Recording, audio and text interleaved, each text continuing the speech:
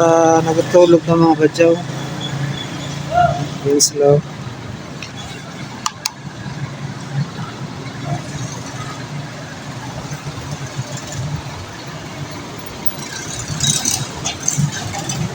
Mga bata.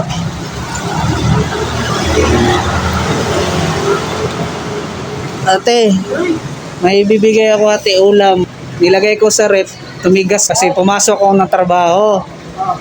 Hindi pa ako nakapunta dito kagabi. Nilagay ko sa ref, tumigas yung ulam. Gagawin nyo lang yung ate, lutuin nyo lang uli para matunaw yung ano niya. Oo, tumigas kasi. Dito na ba kayo natutulog ngayon?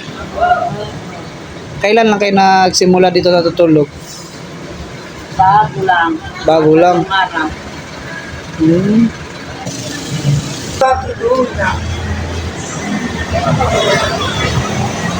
Umiyak yung bata.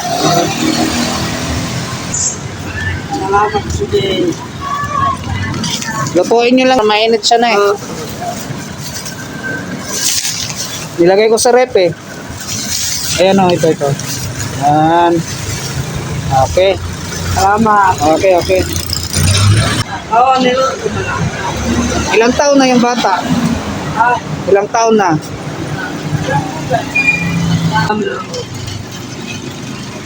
Ako yung nagbigay dito ng pagkain yung isang araw. Ako yun. Sige po ate, uwi na ako. Sige, salamat. Galing pa ako sa trabaho eh. Okay, sige. Ingat ka. Sige po. Salamat. Opo.